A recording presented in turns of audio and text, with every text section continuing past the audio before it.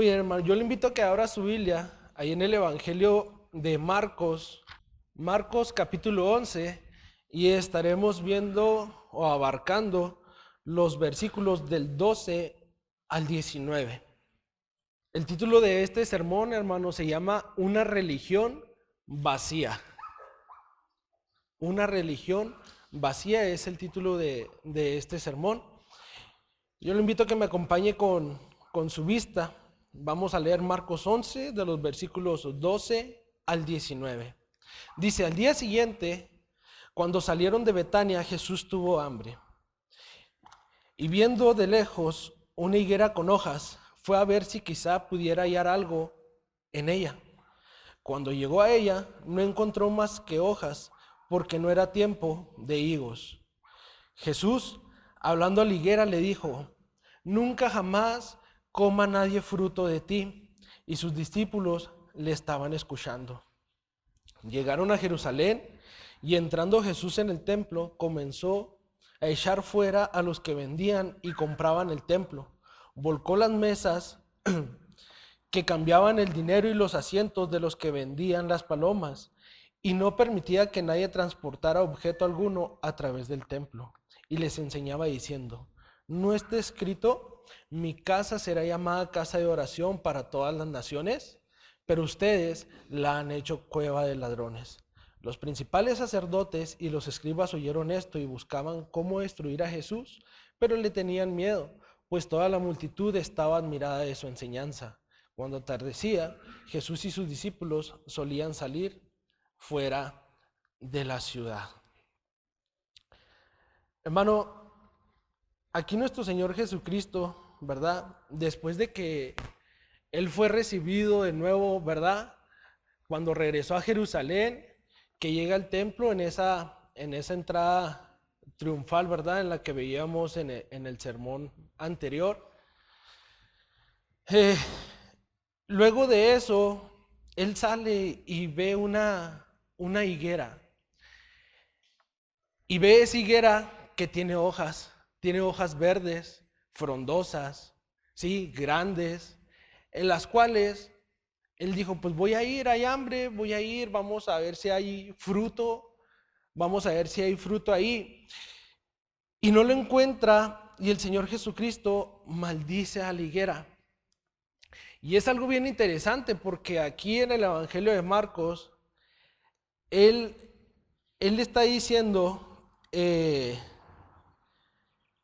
el versículo 13, no encontró higos, no encontró ese fruto porque no era tiempo de higos. Y a pesar de eso, nuestro Señor Jesucristo maldice la higuera, a pesar de que no era tiempo de que diera el fruto del higo. Hay quienes pensarán que nuestro Señor Jesucristo hizo como una especie de berrinche, sobre todo aquellas personas que no le conocen, que no conocen su evangelio, y personas que están en contra precisamente del evangelio, como los ateos. Hay quienes van a decir, Jesús tuvo un momento de frustración y maldijo a una higuera, a una pobre planta. ¿Qué culpa tenía ella de que haya sido maldecida por una frustración de Jesús? Pero para nosotros poderlo entender, hermano, tenemos que irnos al contexto de lo que está pasando en ese momento y saber cómo ver a Jesús, aquel que nosotros hemos visto hasta el día de hoy como una persona mansa, humilde, ¿verdad? Apacible, con el Jesús de la higuera. Entonces, es necesario que nos regresemos a los versículos del 1 al 11, a la entrada triunfal de nuestro Señor Jesucristo, donde Él regresa a Jerusalén, ¿sí? Va hacia el templo, la gente lo está recibiendo con alabanzas, y ahí es ahí donde entra y principia el fin del ministerio de nuestro Señor Jesucristo aquí en la tierra. Nuestro Señor Jesucristo fue recibido ese domingo de Ramos, en el cual llevaron hojas, ramas, ¿verdad?, de palmas, ¿sí?, grandes también, ostentosas, y las ponían delante de él para que él entrara. Pero 4 días más tarde, hermano, iba a ser condenado por la misma gente que lo estaba alabando en esa entrada a Jerusalén. La misma gente que gritaba Hosana, como lo vemos en el versículo 10, dice, versículo 9, los que iban delante y los que lo seguían gritaban, Hosana, bendito el que viene en el nombre del Señor, bendito el reino de nuestro padre David que viene, Hosana en las alturas. Todos clamaban a gran voz y eran miles y miles de personas, pero esas mismas personas son las que 4 días después estarían condenándolo a muerte. Y algo que no mencionaba y lo vimos en la predicación pasada de Marcos, ¿verdad? Es que en Lucas menciona que Jesús lloró. Su corazón se dolió por ver cómo su pueblo estaba obrando, cómo su pueblo estaba vacío por dentro. Entonces, saliendo de ahí, ¿sí? Ellos salen, ven la higuera, voy tras del fruto, los discípulos lo siguen y hace lo que hizo. Maldijo la higuera porque no tenía ese fruto. Entonces Jesús les estaba dando una enseñanza a los discípulos, hermano. Él estaba enseñando a los discípulos algo bien profundo. Y vamos a leerlo nuevamente. Al día siguiente, cuando salieron de Betania, Jesús tuvo hambre y viendo de lejos una higuera con hojas, fue a ver si quizá pudiera hallar algo en ella. Cuando llegó a ella, no encontró más que hojas porque no era tiempo de higos. Para Israel, hermano, en aquellos tiempos, una higuera, un árbol de esos frondosos, ¿verdad?, de higos, que trajera su fruto, era el equivalente a ser bendecido por Dios. Y toda aquella higuera que no tuviera fruto, de la misma manera era el equivalente a estar en maldición. ¿Sí? En Jeremías 8, versículo 13, vemos palabra de Dios por medio del profeta Jeremías. Y esto, hermano, es una consecuencia del pecado de la cual está hablando Jeremías. Capítulo 8, versículo 13, dice así: ciertamente los destruiré, declara el Señor.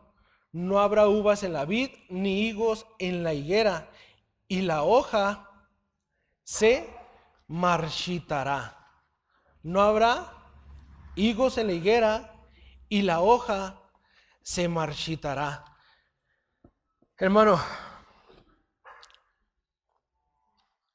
Dios está hablando a través del profeta Isaías de las consecuencias del pecado del pueblo de Israel.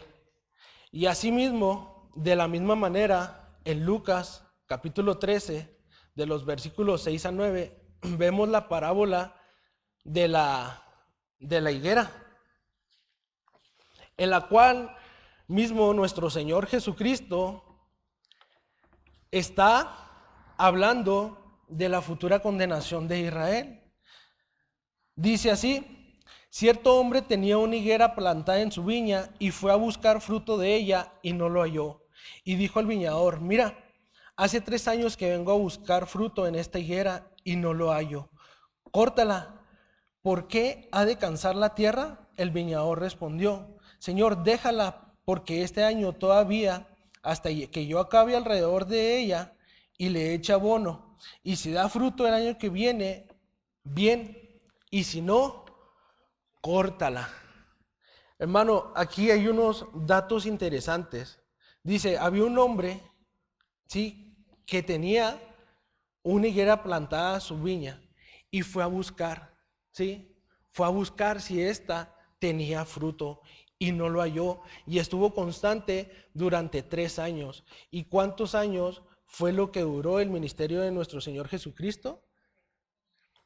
Hermano, se había llegado el tiempo de cortar esa higuera. Nosotros podemos ver, ¿verdad? Y decir, wow, los judíos sí que eran tremendos. Por eso les pasó lo que les pasó, por eso padecieron las consecuencias que padecieron. Pero eso es algo, hermano, que no solamente abarca a los judíos, ni a los sacerdotes de aquellos tiempos, a los líderes religiosos de aquellos tiempos. Eso es algo que nos abarca hasta el día de hoy a todos nosotros, hermano. A todos nosotros nos abarca, hermano. En Mateo 3, en el versículo 10, Juan el Bautista él en su predicación, él dice que el hacha está puesta a la raíz del árbol que no da fruto. El hacha está puesta a la raíz de todo árbol que no da fruto. Y todo árbol que no da fruto será cortado y echado al fuego, hermano. ¿Qué era lo que Jesús les estaba enseñando, verdad? A los discípulos cuando estaban en esa higuera. Él les estaba diciendo, lo que está pasando con mi pueblo es que ellos están vacíos por dentro. Pueden verse muy frondosos, pueden verse como que hacen muchas cosas, como que buscan al Señor, pero realmente por dentro están vacíos, están podridos. Era lo que Jesús les estaba enseñando a los discípulos en ese momento, hermano. Es por eso que de la misma manera nos abarca a nosotros hasta el día de hoy. ¿Qué dice Mateo en Mateo 7, versículo 21? Dice, no todo el que dice Señor, Señor, entrará en el reino de los cielos. ¿Y qué más dice? Muchos dirán, pero Señor, en tu nombre echamos fuera demonios, en tu nombre hicimos milagros. Pero ¿cuál va a ser la contestación de nuestro Señor? Apártate de mí, hacedor de maldad. No te conozco. Nunca te conocí. Hermano, se podrá vivir toda la vida dentro de la iglesia. Podrás reunirte todas las reuniones del año, cada año en la iglesia. Pero si no hay una transformación verdadera por medio del evangelio de nuestro Señor Jesucristo, si no hay un arrepentimiento y fe verdadero delante de Dios, estás vacío por dentro. Ese es como esa higuera, frondosa por fuera, porque probablemente estés catalogado como alguien muy bonito, muy constante, qué padre que nunca faltes, pero la realidad de tu corazón es totalmente diferente. Estás vacío por dentro, estás seco, estás podrido, que es lo que Jesús les estaba enseñando a sus discípulos. Podemos nosotros profesar ser creyentes, hermano, pero por los frutos se demuestra si tienes una verdadera conversión o no. Y eso significa, hermano, como el árbol es cortado y echado al fuego, como la predicación de Juan el Bautista, de la misma manera es si estuvieras peligrando, si estuviéramos peligrando, si estamos en esa posición de ser cortados y echados al infierno. Nunca los conocí, dirá el Señor. La higuera sí se veía bien bonita, pero estaba podrida por dentro. ¿El por qué? Porque el problema que tenía la higuera era un problema de raíz. Un problema de raíz, hermano, la cual no le permitía que ésta diera fruto. A continuación, vamos a ver cuál es ese problema. ¿Cuál es ese problema que está afectando a la higuera, que está afectando al pueblo de Dios, que estaba afectando al pueblo judío. ¿Cuál es ese problema, hermano? Y vamos a ver a partir del versículo 15 y 16 lo que es la purificación del templo. Dice, llegaron a Jerusalén y entrando Jesús en el templo, comenzó a echar fuera a los que vendían y compraban en el templo. Volcó las mesas de los que cambiaban el dinero y los asientos de los que vendían las palomas. Y no permitía que nadie transportara objeto alguno a través del templo. Hermano, el templo era el centro de todo Israel, ¿sí? El templo era quien atraía todas las miradas de los judíos. El templo era el lugar donde se encontraban con Dios, donde ellos iban y adoraban a Dios, pero no sin antes ofrecer sacrificios por la paga de sus pecados. Para poder reconciliarse con Dios, para poder estar en la presencia de Dios, ellos tenían que presentar sacrificios de diferentes animales según sea su pecado, para estar, ¿sí?, en la presencia de Dios, para estar en adoración a Dios. ¿Por qué tenían que presentar sacrificios? Pues todos lo sabemos, ¿verdad? Porque era necesario que alguien pagara por el pecado, que un inocente pagara por el pecado de las personas. Por eso se ofrecían los sacrificios. Y también nosotros lo podemos recordar en Romanos, que dice Pablo, la paga del pecado es ¿qué? Es muerte. Y los líderes religiosos, los sacerdotes, todos los judíos que estaban en el templo, pues eran los encargados de enseñar todas estas cosas. Ellos eran los maestros. Pero ¿saben qué? ¿Qué fue lo que hicieron? Ellos profanaron el templo de Dios.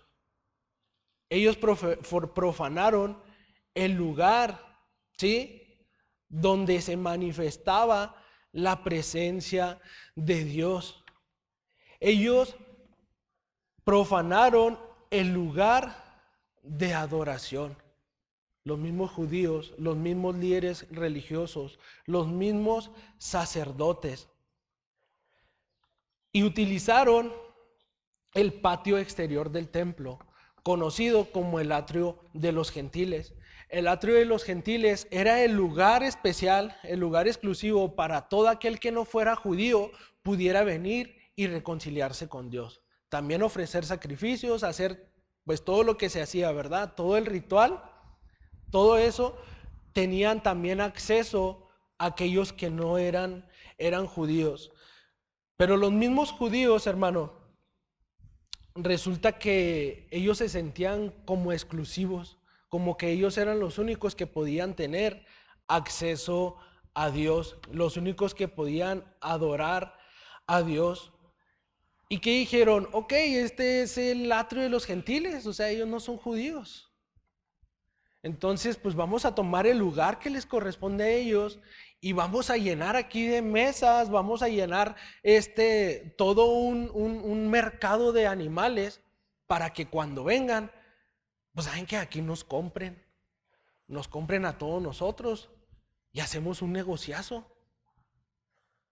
Miles y miles y miles de personas, hermano, en esa semana de la Pascua asistieron al templo.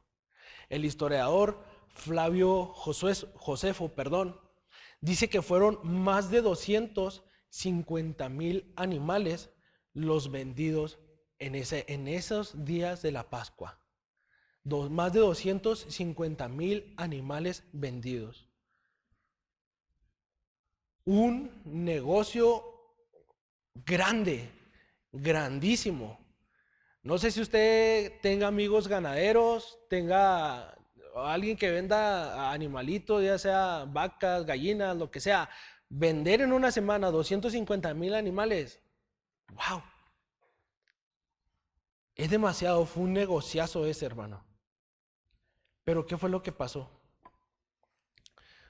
Provocó una indignación en nuestro Señor Jesucristo. Provocó ese enojo en nuestro Señor Jesucristo. Y Él llega y les empieza a recordar, les cita al profeta Isaías. Y él les dice en el versículo 17, a ver, ustedes que son líderes, ustedes que son sacerdotes, muchos eruditos de la palabra, ¿qué no recuerdan esto? ¿No está escrito? Mi casa será llamada casa de oración para todas las naciones, pero ustedes la han hecho cueva de ladrones. Mi casa es casa de oración para todas las naciones, pero ustedes se tomaron, ¿sí?, atributos que no les corresponden, se atribuyeron cosas que no les corresponden. ¿Quiénes son ustedes para deshacer el lugar que yo destiné para los gentiles, para aquellos que no son judíos? Y todavía la han hecho cueva de ladrones.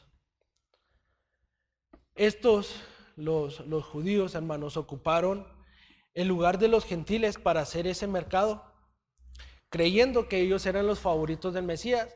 Ellos dijeron, ya cuando llegue el Mesías, pues obviamente nosotros somos su pueblo, nos va a elegir a nosotros y va a sacar a todos los gentiles, porque nosotros somos del pueblo de Israel, los gentiles no. Pero ¿sabe qué, hermano? Pasó totalmente lo contrario.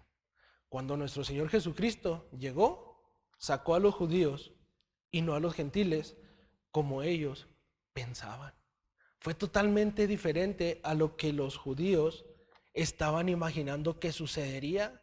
Ellos se sentían exclusivos.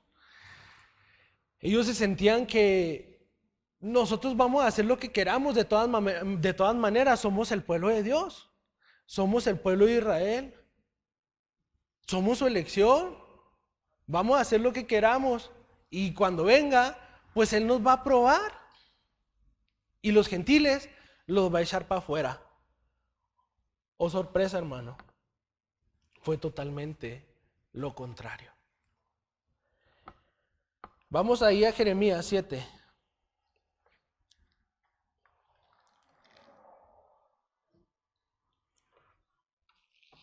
Vamos a leer los versículos 3, 4 y nos vamos a brincar al 8 y al 11. Dice, así dice el Señor de los ejércitos, el Dios de Israel. Enmienden sus caminos y sus obras, y haré que ustedes moren en este lugar.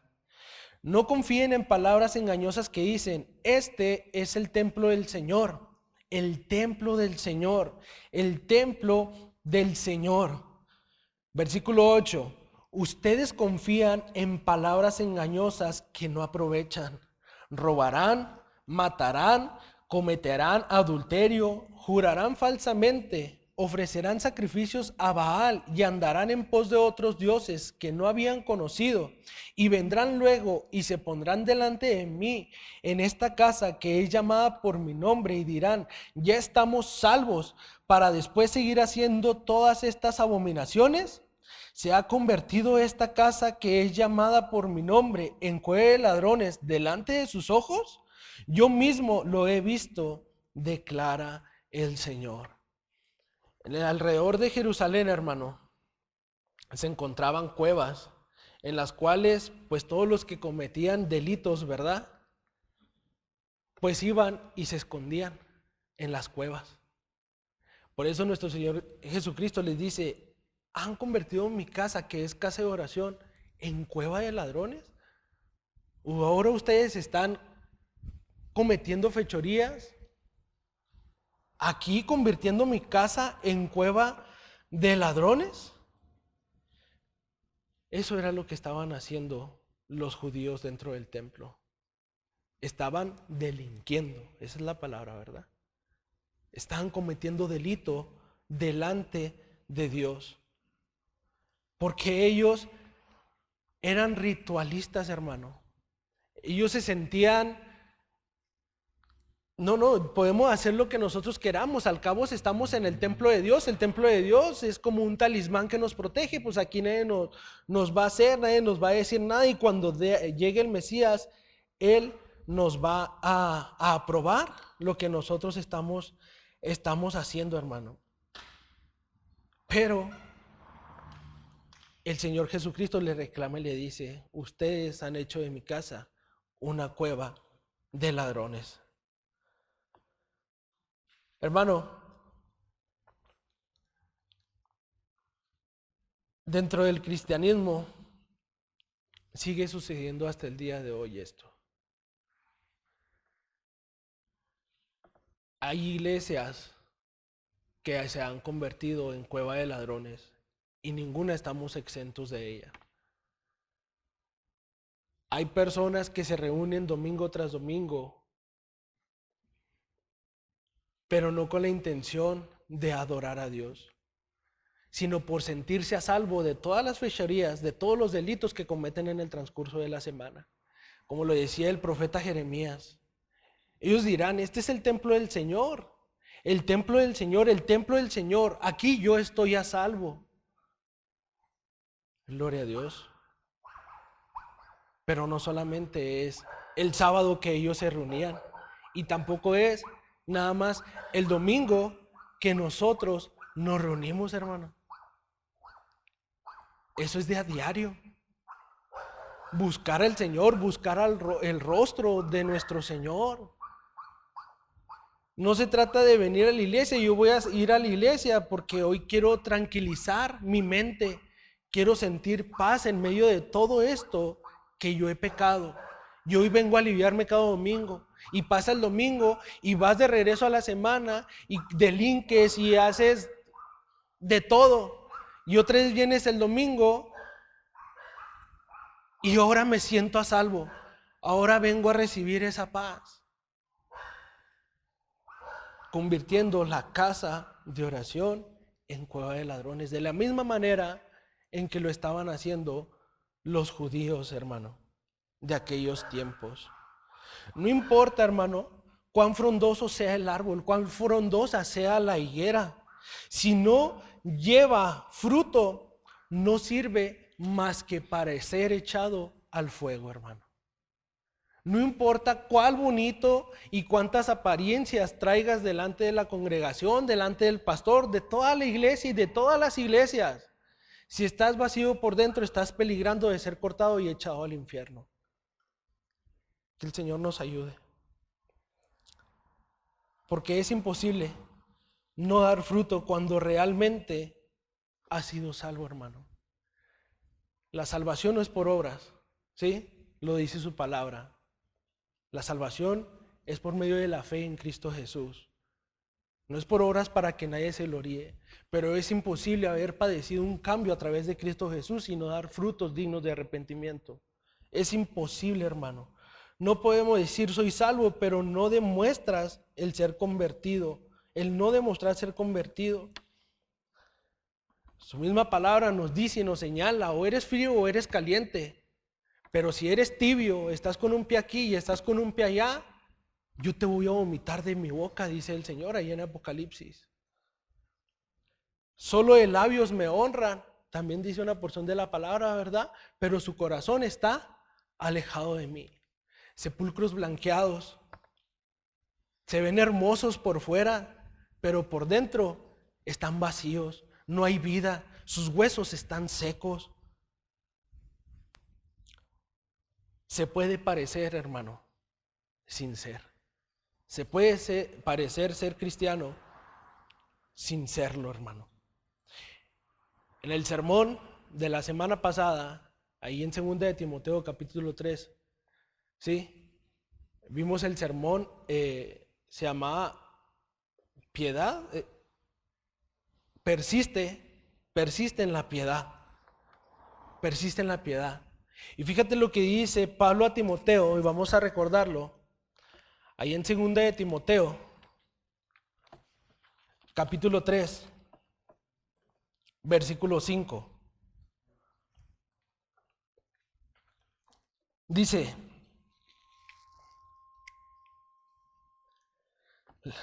teniendo apariencia de piedad, pero habiendo negado su poder, a los tales evita, Timoteo, le está diciendo Pablo a Timoteo.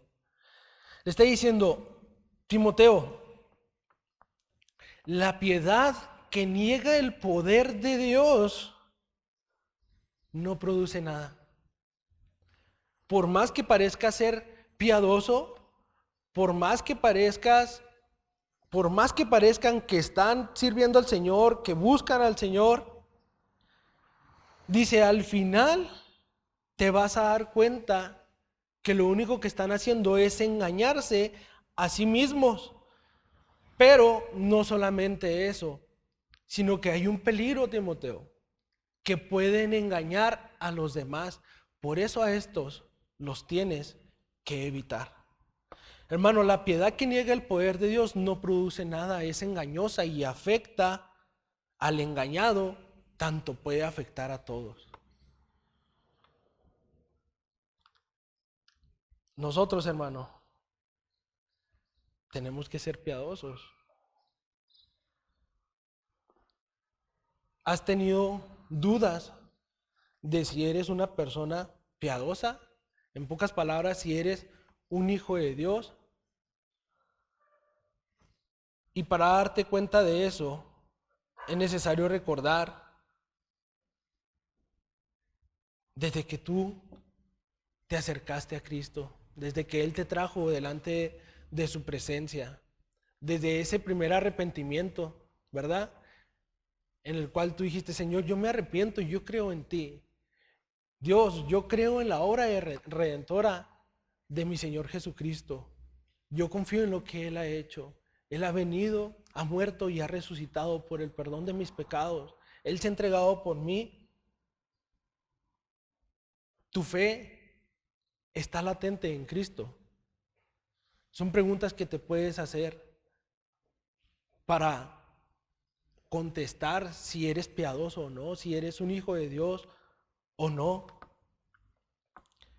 ¿Deseas realmente ser libre de todo pecado? ¿Te avergüenza pecar? Todos pecamos, hermano, ¿sí? Todos pecamos, pero nos da vergüenza pecar. Nos arrepentimos cuando pecamos principalmente delante de Dios y la regamos. Hay algo en ti que te hace arrepentirte, que dices, ay, la regué, Señor, perdóname.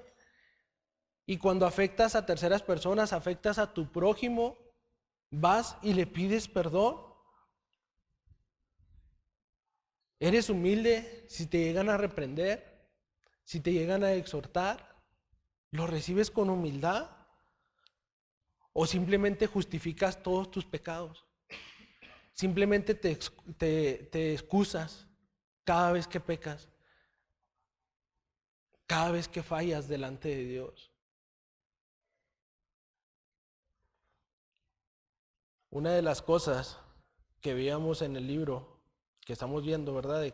De cambios profundos, es que nosotros mismos nos conocemos, hermano, y sabemos en qué es lo que más le podemos fallar a Dios. ¿En qué es lo que más somos tentados?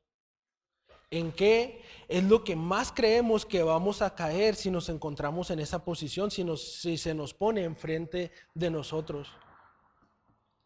En este caso, un hijo de Dios y algo que caracteriza también al hijo de Dios es la desconfianza de sí mismo. Desconfiar de ti mismo.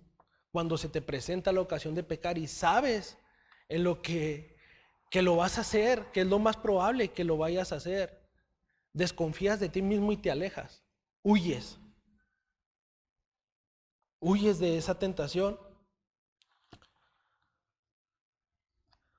No se trata de rozar siquiera la perfección aquí en la tierra, hermano, porque nadie vamos a ser perfectos. Todos somos faltos delante de la presencia de Dios. Pero estamos en esa guerra espiritual, estamos en esa guerra contra nuestro propio yo, contra nuestro propio pecado, hermano, en la cual cada uno le daremos cuentas a Dios por nosotros mismos. Vamos a entregar cuentas delante de Dios. Y nuestro mayor deseo como hijos de Dios debe de ser obedecer a nuestro Señor Jesucristo. ¿quién es quien te santifica? ¿Quién es quien te ama a pesar de lo que eres? Pero Él no tomará por inocente al culpable. Tú lo amas a Él, hermano. Tú amas a Dios. ¿Se te hace difícil seguir a Dios? ¿Se te hace difícil seguir los pasos de nuestro Señor Jesucristo? ¿Se te hace difícil cuando nosotros pensamos, cuando Él nos dice, sed santos porque yo soy santo? O cuando Pablo menciona, síganme a mí, hagan lo que yo hago como yo imito a Cristo, imítenme a mí como yo soy imitador de Cristo. Dice su palabra que su yugo es fácil y su carga es ligera, hermano. ¿Qué significa esto? Que el problema de lo difícil que se nos haga seguir a Cristo no es un problema de Él, porque Él dice que es fácil y que es ligera. Es un problema de nosotros. Es un problema de nuestro corazón. Es un problema de nuestro pecado, hermano. Y nosotros no podemos engañarnos a nosotros mismos queriendo aparentar ser algo que no somos, que necesitamos ser transformados verdaderamente, cambiados verdaderamente. No necesitamos una conciencia moral excelente si por el otro lado estoy hecho garras con el Señor. Si tú dices que moralmente eres bueno, eres agradable delante de las personas, tú no ofendes a nadie, tú no le haces daño a nadie, no te metes con nadie, ayudas incluso al necesitado, pero si no estás en Cristo, estás en contra de Él y necesitas arrepentimiento y fe. No se engañen, dice su palabra también, porque Dios no puede ser burlado. Dios lo conoce todo, hermano. Nos podemos engañar a nosotros mismos porque no conocemos ni siquiera nuestro propio corazón. Pero Dios sí lo conoce. Por eso a Él no lo podemos burlar. A Él no lo podemos engañar, hermano. No importa cuál frondoso sea la higuera, cuán bonita, cuán agradable a la vista sea la higuera, si está vacía por dentro, si está secándose, si está podrida. Nosotros no necesitamos, hermano, de un ritual en el templo. No necesitamos venir y utilizarlo como algo que me dé paz y tranquilidad porque el resto de la semana hago lo que yo quiera. No necesitamos de un ritual, hermano, dentro del templo.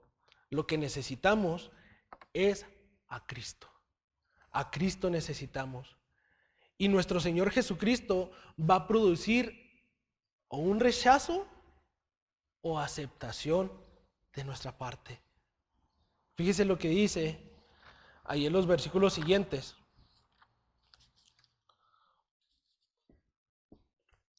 En el versículo 18. Vamos a leer hasta el 19 y dice, los principales sacerdotes y los escribas oyeron esto y buscaban cómo destruir a Jesús, pero le tenían miedo, pues toda la multitud estaba admirada de su enseñanza. Cuando atardecía, Jesús y sus discípulos solían salir fuera de la ciudad. Produce aceptación o rechazo. Fíjate lo que produjo el Señor en los principales sacerdotes y los escribas que oyeron esto.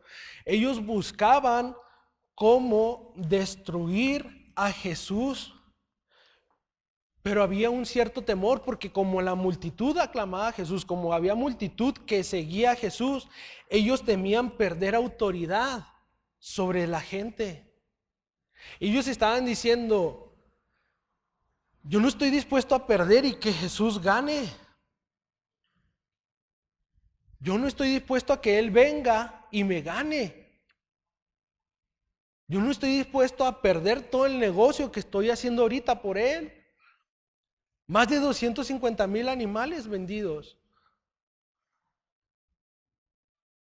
Hermano, de la misma manera se comportan todos los corazones que se mantienen enorgullecidos. Que su orgullo está por encima de todo, creyendo que no necesita un Salvador. Y son las dos cosas, las dos partes que tenemos nosotros a elegir, hermano. O sigues en tu orgullo creyendo que no necesitas de un Salvador, te crees bueno, te crees santo, te crees perfecto, te crees elegido. Sin Cristo es imposible. O te arrepientes y tienes fe en Él. Esas son las únicas dos posiciones que tenemos, hermano. Solamente dos caminos. Lo eliges a Él o lo rechazas. Hay algo bien interesante y bien hermoso, hermano, de todo esto. Que la misericordia de Jehová es nueva cada día, es nueva cada mañana. Y que nosotros hoy estamos a tiempo para decir, Señor, perdóname. Yo me arrepiento porque mi corazón ha estado enorgullecido, Señor, creyendo que es mejor lo que yo creo que debo de hacer, rechazando lo que tú me dices que haga a través de tu palabra. Hoy es un tiempo para decirle al Señor, perdóname, Padre, porque he hecho las cosas a mi manera y no a tu manera. A pesar de que no me ha dado resultado todo lo que yo he intentado hacer. He elegido muchas veces mi orgullo, Señor, y hoy te pido perdón. Porque todos, hermano, todos dentro de nuestro caminar como cristianos, vamos a padecer a pasar por enfriamientos espirituales. Todos. Va a haber momentos en los cuales haya desánimo, en los cuales los problemas te abrumen, en los cuales sientas también que Dios no está contigo, que no te escucha, que no te entiende. Va a haber situaciones, hermano, pero es necesario que como hijo de Dios volvamos a Él de nueva cuenta en arrepentimiento y decirle, Señor, ayúdame a depender totalmente de ti. Porque dice tu palabra que tú tienes el control de todas las cosas, que tú eres soberano. ¿Qué cosa nosotros le pediremos a Dios que Él no sepa que se la vayamos a pedir, hermano? Pero Él sabe lo que nosotros verdaderamente necesitamos, y lo principal que nosotros necesitamos en nuestro corazón es una transformación a través de Él, por medio de su Espíritu Santo. Que nosotros podemos tener esa plenitud de gozo de estar en Cristo Jesús, que tengamos ese gozo de la salvación. Recordarnos día a día, examinarnos a nosotros mismos y decir, ¿qué estoy haciendo yo? ¿Estoy siendo agradecido con Dios? Todo lo que hago, ¿por qué lo hago? ¿Para qué lo hago? ¿Cuál es la intención de lo que yo hago? ¿A qué quiero llegar con todo lo que yo hago, hermano? Y la respuesta clara a todas esas preguntas que te hagas, y en conclusión, tiene que llevarte a glorificar a Dios. A pesar de todo lo que suceda alrededor de tu vida, pedirle a Dios, haz conmigo lo que tú quieras, Señor. Manifiéstate de la manera en que tú quieras y eso te va a dar gloria. Si eso me va a permitir estar en ti para siempre, hasta la eternidad, hazlo como tú quieras, Señor. Ayúdame, te suplico que lo hagas. Suplicar a Dios que Él así lo haga, hermano. Él es bueno, hermano, Él es misericordioso. A veces nos comportamos, ¿verdad?, de tal manera que no demostramos el ser hijos de Dios. A veces tomamos a Dios a la ligera y decimos, no, Señor, tú eres el último lugar dentro de mis listas de necesidades diarias. Nos preocupamos por todo lo que el Señor dice que tiene el control y nos olvidamos de quién es Él. Y es una tendencia del corazón del pecado, hermano. Pero por eso nos tenemos que examinar y decir, híjole, sí me estoy desviando, porque la vamos a regar, vamos a fallar, vamos a pecar. Pero que haya esa inspección, hermano, en ti, y que digas, reconozcas, medites y digas, sí, realmente yo soy falto delante de ti, Señor, ayúdame. Yo quiero que endereces mi camino. Quiero agradarte, quiero honrarte, hermano. Nunca es tarde para volver a empezar. El Señor dice su palabra que su misericordia es nueva cada día. No es tarde, ahorita no es tarde para volver a empezar. Va a ser tarde el día en que te mueras, ahí sí ya no va a haber oportunidad. Cuando el Señor te llame a cuentas, ya no va a haber oportunidad. Esa es la gran misericordia de Dios, que si ahorita te da la oportunidad, respondas a ese llamado de arrepentimiento y fe a través de Cristo Jesús.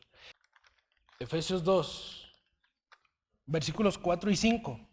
Dice, pero Dios, que es rico en misericordia por causa del gran amor con que nos amó, aun cuando estábamos muertos en nuestros delitos, nos dio vida juntamente con Cristo. Por gracia, ustedes han sido salvados. ¿Te acuerdas, hermano? Cuando estabas sin Cristo, cuando estabas sin Dios y sin consuelo. Cuando llegaste por primera vez. Cuando fuiste transformado por Él, ¿cuál era tu gozo y cuál era tu deleite en Él? ¿Qué dice su palabra ahí en Apocalipsis a la iglesia de la Odisea? Es necesario que vuelvas a tu primer amor. Necesitamos volver a nuestro primer amor. Él dice aquí, Él es rico en misericordia. Vuelve a tu primer amor. Por causa del gran amor que nos amó. En Dios, a través de Cristo Jesús, has sido salvado por medio de la gracia de Él. Hebreos 4, versículo 16.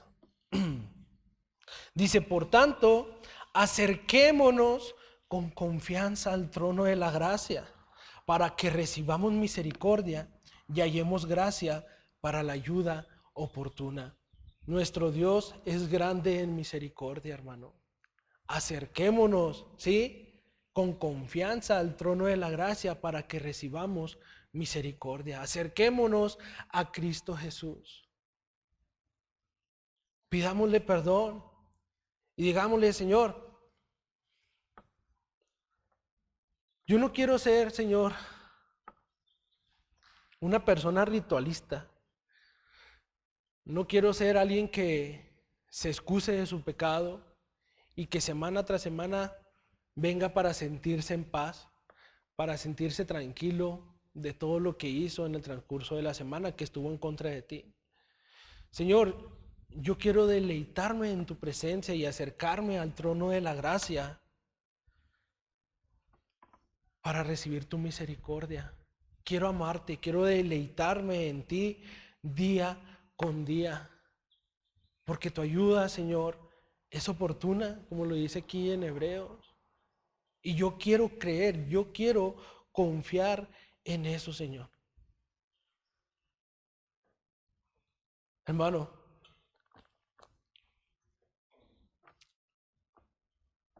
tenemos,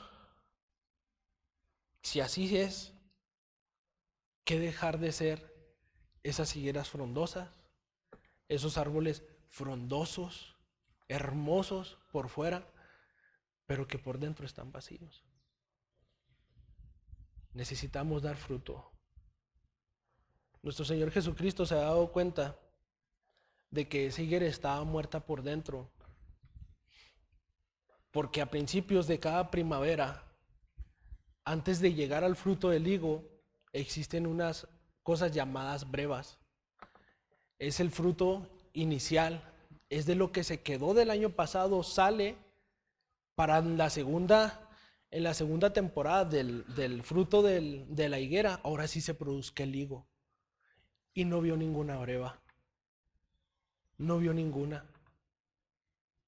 Hermano, nosotros podremos no estar desarrollados, tal vez, ¿sí? Mucho en el servicio al Señor, con dones, con talentos, pero ya tienen que estar esas brevas que se tienen que desarrollar para producir ese fruto. No podemos ser higueras estériles. No podemos ser árboles que no den fruto, hermano. Es imposible. Es imposible si somos hijos de Dios. ¿Cómo se conoce al Hijo de Dios, verdad? Por sus frutos, lo dice su palabra. Necesitamos, hermano, estar regando, ¿sí?, nuestra propia planta, que somos nosotros en nuestro corazón, con la palabra de Dios. Aquella que tiene el poder para producir fruto, para hacer ese árbol, ¿verdad? Frondoso, hermoso, pero con fruto. Amén. Oremos, hermano.